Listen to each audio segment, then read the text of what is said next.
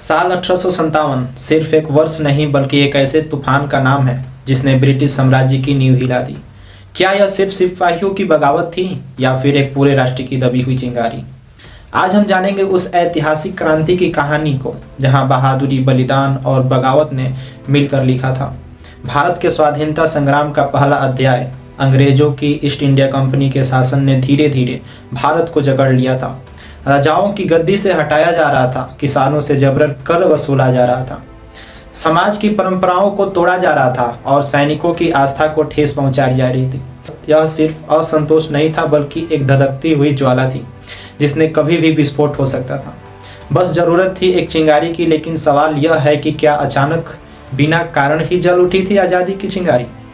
तो जवाब है नहीं। इसके पीछे थे वर्षों से सुलगते असंतोष, दबे हुए दर्द और टूटते हुए विश्वास। अगर हम इस क्रांति के प्रमुख कारणों की बात करें तो उन्हें हम अंग्रेजों की साम्राज्यवादी प्रशासनिक और सामाजिक नीति के साथ ही तात्कालिक कारणों के रूप में विभाजित करके समझ सकते हैं। तो आइए एक एक करके विस्तार से समझते हैं कि क्रांति के कारणों को। अंग्रेजों की साम्राज्यवादी मानसिकता का परिलक्षण उनकी नीतियों से में स्पष्ट तौर पर दिखने लगा था, जिसका पहला उदाहरण थी वेलेस्ली की सहायक संधि, यानी कि सब्सिडियरी अलायंस, जिससे देशी रियासतों की स्वतंत्रता के अपहरण की शुरुआत हुई थी। इसके तहत भारतीय राज्य को अपनी सेना हटाकर ब्रिटिश राज्य ने अपने राज्य में तैनात करने देना होता था। साथ ही उस राज्य को ही ब्रिटिश सेना के खर्च का भुगतान भी करना होता था। राज्य बिना अंग्रेजों की अनुमति के किसी अन्य शक्ति से संधि नहीं कर सकता था। यदि राज्य खर्च नहीं चुका पाता तो उसे अपना क्षेत्र कंपनी को देना होता था। साथ ही एक ब्रिटिश रेसिडेंस को दरबार में नियुक्त किया जाता था। इसी कड़ी में डलहौजी की साम्राज्यवादी नीतियों ने इसे और आगे बढ़ाते हुए 1857 की महाक्रांति रूपी अग्नि में घी का काम किया। डलहौजी की हड़प नीति यानी डॉक्ट्रिन ऑफ लैप्स उनमें प्रमुख थी, जिसके अंतर्गत अंग्रेजों द्वारा किसी भी शासक के निसंतान होने पर उसे अपने उत्तराधिकारी को गोद लेने का अधिकार नहीं था। अतः शासक की मृत्यु होने जाने के बाद सत्ता का त्याग करने पर उसके शासन पर कब्जा कर लिया जाता था। इस नीति का सहारा लेकर सतारा 1848, जयपुर और संबलपुर 1849, उदयपुर 1852, झांसी 1853, नागपुर 1854 आदि राज्यों को अंग्रेजी साम्राज्य में मिला लिया गया। इसी प्रकार कुशासन के आधार पर अवध को 1856 में भी ब्रिटिश साम्राज्य में शामिल कर लिया गया। अवध के नवाब वाजिद अली शाह को कलकत्ता निर्वासित कर दिया गया। इतना ही नहीं, पदों और पेंशनों को समाप्त कर एक बड़े भारतीय वर्ग को असंतुष्ट कर दिया गया। फिर चाहे पेशवा बाजीराव के दत्तक पुत्र नाना साहब की पेंशन हो या कर्नाटक, सूरज और तांजौर के राजाओं की उपाधियों का अंत हो। उसने यह भी घोषित किया कि अंतिम मुगल बादशाह बहादुर शाह जफर के बाद उनके उत्तराधिकारियों को लाल किला खाली करना पड़ेगा। लॉर्ड कैनिंग तो इससे भी 2 कदम आगे जाकर घोषणा करता था कि बहादुर शाह जफर के उत्तराधिकारी अब बादशाह की उपाधि भी धारण नहीं कर सकेंगे। स्पष्ट यह मुगल वंश के शासकों को समाप्त करने की एक प्रत्यक्ष घोषणा थी। तो आइए अब नजर डालते हैं प्रशासनिक और आर्थिक कारणों पर। बचे राज्यों के आंतरिक और बाह्य मामलों पर नियंत्रण कर शासकों को कठपुतली बना दिया गया था। न्याय व्यवस्था भी अत्यधिक कष्टप्रद, पक्षपातपूर्ण, जटिल और महंगी थी। अंग्रेजों की भू राजस्व नीति किसानों के लिए एक बहुत बड़ा बोझ बन गई थी। भू राजस्व का मतलब होता है किसानों की जमीन पर लगने वाला कर। ब्रिटिश भारत में मुख्य रूप से 3 तरह की भू राजस्व प्रणालियां चलाई गई। 1793 में लॉर्ड कॉर्नवालिस द्वारा शुरू की गई अस्थायी बंदोबस्त यानी परमानेंट सेटलमेंट, 1820 में मद्रास के तत्कालीन गवर्नर टॉमस मुनरो द्वारा शुरू की गई रैयतवाड़ी व्यवस्था और 1822 में हॉल्ट मैकेंजी द्वारा प्रस्तुत महलवाड़ी व्यवस्था। इन शोषण परक भू राजस्व व्यवस्था के माध्यम से वर्ग विभाजन गहरता गया। जहां एक तरफ जमींदारों और महाजनों की आर्थिक स्थिति बेहतर हुई, वहीं किसानों की हालात बद से बदतर होती गई। निजी हितों के अधीन कंपनी के कर्मचारी भी भ्रष्टाचार में लिप्त थे। मुक्त व्यापार नीति के तहत बेहद कम मूल्य के ब्रिटिश वस्त्रों ने भारतीय वस्त्रोद्योग को जल्द ही पतन के कगार पर पहुंचा दिया। सूती कपड़ा उद्योग के नाश होने से कृषि पर बोझ बढ़ता गया। 18वीं शताब्दी के उत्तरार्ध तक कुटीर उद्योग भी दम तोड़ चुके थे। उधर इनाम कमीशन के तहत बहुत सी जमीनों और जागीरों को यह कहकर छीन लिया गया कि ये अनुचित रूप से दी गई थी। केवल बंबई में ही 20,000 जागीरें जब्त कर ली गई। अवध के तालुकेदार हो या झांसी की रानी, ब्रिटिश शोषण के दंश से सभी मर्माहत थे। तो आइए नजर डालते हैं सामाजिक कारणों पर। क्रांति की ज्वाला भड़काने में कंपनी की सामाजिक नीतियां भी कम जिम्मेदार नहीं थी। अंग्रेज अधिकारी भारतीयों से ऐसा बर्ताव करते थे जैसे वे दोयम दर्जे के हों। यदि कोई अंग्रेज भारतीयों पर अत्याचार करता था तो न्यायालय का झुकाव भी अंग्रेजों के पक्ष में ही होता। 1807 में प्रकाशित दीनबंधु मित्रा द्वारा लिखे बंगाली नाटक नील दर्पण में नीलहो की बर्बरता को पढ़कर रोंगटे खड़े हो जाते हैं। सिर्फ यही नहीं, सती प्रथा, बाल विवाह जैसे विषयों पर बिना भारतीयों की सहमति से हस्तक्षेप ने भारतीयों के विश्वास को पूरी तरह से तोड़ दिया था। धार्मिक रीति रिवाजों पर वार, साथ ही मिशनरी शिक्षकों द्वारा हिंदू मुस्लिम धर्मों को खुलकर आलोचना की जाती। मिशनरी स्कूलों में बाइबिल पढ़ाना अनिवार्य था। हिंदू मुस्लिम छात्र स्वयं को ऐसे में अपमानित महसूस करते थे। ऐसे में लोगों का धीरे धीरे यह भी शक होने लगा कि अंग्रेज नई तकनीकी जैसे रेल तार के बहाने धर्म भ्रष्ट करने की साजिश कर रहे हैं। वहीं सैन्य असंतोष की बात करें तो भारतीय सैनिक अंग्रेज सेना की रीढ़ थे। फिर भी वे न तो सम्मान पाते और न ही समान अधिकार। उच्च पद केवल अंग्रेजों के लिए आरक्षित थे, वेतन भी कम मिलता था। पदोन्नति की फायदा केवल अंग्रेज सैनिकों को दिया जाता था। इसी बीच लॉर्ड कैनिंग द्वारा पास किए गए सामान्य सेवा भर्ती अधिनियम ने सैनिकों को समुद्र पार भेजने की बात कही, जो धार्मिक रूप से वर्जित था। समुद्र पार जाने का मतलब ही तब धार्मिक दृष्टिकोण से पथभ्रष्ट होना माना जाता था, जिससे व्यक्ति का अपने धर्म में लौटने का रास्ता बंद हो जाता था। अब सैनिकों के धैर्य की सीमा का अतिक्रमण तो हो ही रहा था कि चर्बी युक्त कारतूस की खबर ने उसे एक विस्फोट का रूप दे दिया। और यह घटना बनती है क्रांति का तात्कालिक कारण। 1857 की शुरुआत में सैनिकों को नई एनफील्ड राइफल दी गई, जिसमें इस्तेमाल होने वाले कारतूस को दांत से काटना होता था। यह खबर फैल गई कि उसमें गाय और सुअर की चर्बी लगी है। ऐसे में इस खबर ने हिंदू और मुसलमान दोनों एक साथ झकझोर दिया। इसकी पहली प्रतिक्रिया हुई बंगाल के बैरकपुर में। यह ध्यान देने योग्य बात है कि बैरकपुर दो विद्रोहों के लिए जाना जाता है, एक 1824 में और दूसरा 1857 में।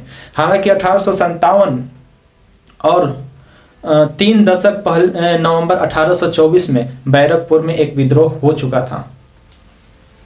लेकिन हम बात कर रहे हैं 1857 की, जब ब्रिटिश इंडिया कंपनी की 34वीं बंगाल नेटिव इन्फेंट्री के सैन्य शिविर के सैनिक मंगल पांडे का मानना था, हम सैनिक हैं, गुलाम नहीं। यह चर्बी नहीं, हमारी आस्था का अपमान है। 29 मार्च 1857 को मंगल पांडे ने बैरक में अपने ही अंग्रेज अफसर पर गोली चला दी। यह सिर्फ गोली नहीं थी, यह विद्रोह की पहली पुकार थी। 8 अप्रैल 1857 ईस्वी को मंगल पांडे को फांसी की सजा दे दी गई। लेकिन क्रांति का आगाज हो चुका था। 9 मई 1857 को मेरठ में 85 भारतीय सैनिकों ने नए राइफल का प्रयोग करने से इनकार कर दिया।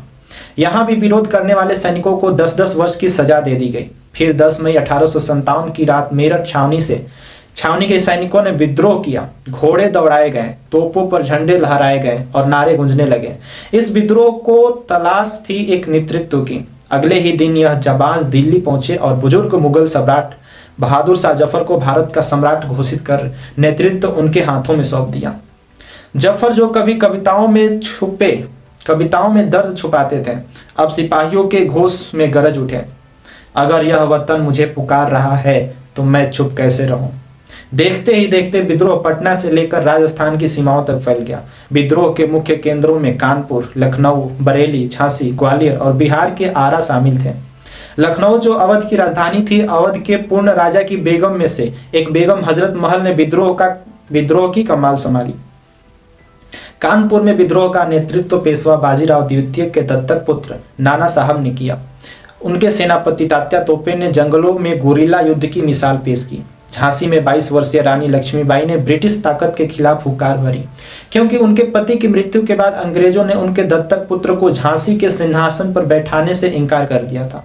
उन्होंने साफ कहा कि मैं अपनी झांसी नहीं दूंगी। वह ब्रिटिश सेनाओं के खिलाफ मजबूती से लड़ी, लेकिन अंततः 18 जून 1858 को अंग्रेजों से लड़ते हुए ग्वालियर के पास कोटा की सराय में घायल हुई और अंततः वीर गति को प्राप्त हो गई।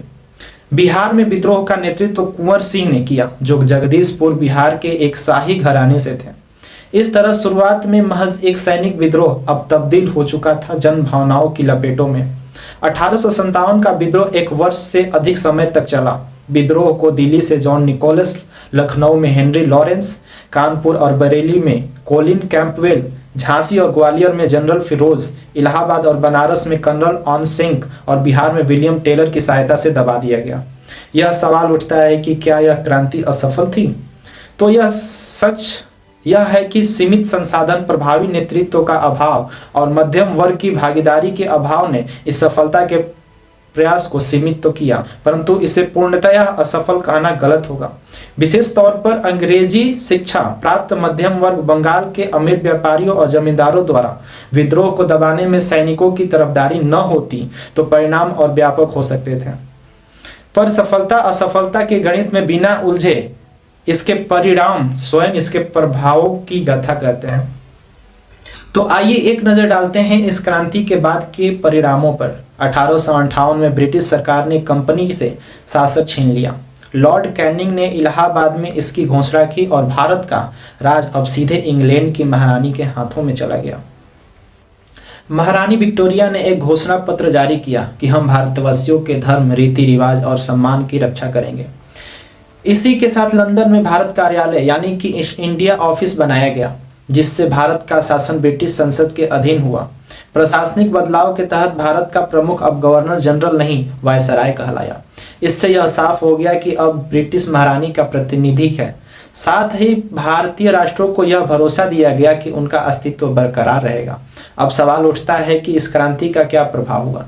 तो इस प्रतिरोध की तीव्रता का अंदाजा लगाने के लिए इतना पर्याप्त है कि विद्रोह में सेना की बड़ी भूमिका को देखते हुए अंग्रेजों ने फौरन योजना बनाई। सेना में भारतीय सिपाहियों का अनुपात करने और यूरोपीय सिपाहियों की संख्या बढ़ाने का निर्णय लिया गया, लेकिन शस्त्रागार ब्रिटिश शासक के हाथों में रहा। वस्तुतः बंगाल की सेना के प्रमुख प्रभुत्व को समाप्त करने के लिए ही यह योजना बनाई गई थी, ताकि भविष्य में कोई भी एकजुट विद्रोह न हो सके। हालांकि इस विद्रोह का मूल उद्देश्य अंग्रेजों की सत्ता हटाकर पुनः सत्ता प्राप्त करना था। इस लिहाज में से हम इसे पूर्ण सफल तो नहीं कह सकते, पर इसने अंग्रेजों के शासन शैली और नीतियों को बदल दिया। अब सवाल उठता है कि क्या यह सिर्फ एक सैनिक विद्रोह था या प्रथम स्वतंत्रता संघर्ष? तो ज्यादातर अंग्रेज जैसे जॉन लॉरेंस और सीले और विप्लव के समय के कुछ भारतीय जैसे मुंशी जीवन लाल, मोइनुद्दीन, दुर्गाभास बंदोपाध्याय और सर सैयद अहमद खां आदि इसे सिर्फ एक सैनिक विद्रोह की संज्ञा देते हैं। वहीं विनायक दामोदर सावरकर ने इसे सुनियोजित स्वतंत्रता संग्राम, तो पट्टाभी सीतारमैया ने भारत का प्रथम स्वतंत्रता संग्राम कहा। अशोक मेहता ने अपनी किताब द ग्रेट रिवेलियन में इसे पूर्ण रूप से एक राष्ट्रीय विद्रोह कहा है। पंडित जवाहरलाल नेहरू के अनुसार भी शुरू में यह सैनिक विद्रोह जरूर था, जो शीघ्र ही जन विद्रोह में परिवर्तित हो गया। ब्रिटिश सांसद बेंजामिन डिज़रेली ने भी इसे राष्ट्रीय विद्रोह की संज्ञा दी। वही वर्तमान इतिहास लेखक के तमाम नए शोध और तथ्य यह प्रमाणित करते हैं कि यह एक सैनिक विद्रोह से कहीं ज्यादा था। 1857 भले ही एक सैन्य रूप से असफल रहा, लेकिन इसने भारतीय जनमानस को एक नई राजनीति और राष्ट्रीय चेतना दी। यह पहली बार था जब राजा से लेकर आम जन, सैनिकों से लेकर किसान, सभी ने एक स्वर में विदेशी सत्ता के खिलाफ आवाज उठाई। इस क्रांति ने अंग्रेजों को यह समझा दिया कि भारत अब सिर्फ व्यापार की भूमि नहीं, बलिदानों की भूमि बन चुका है।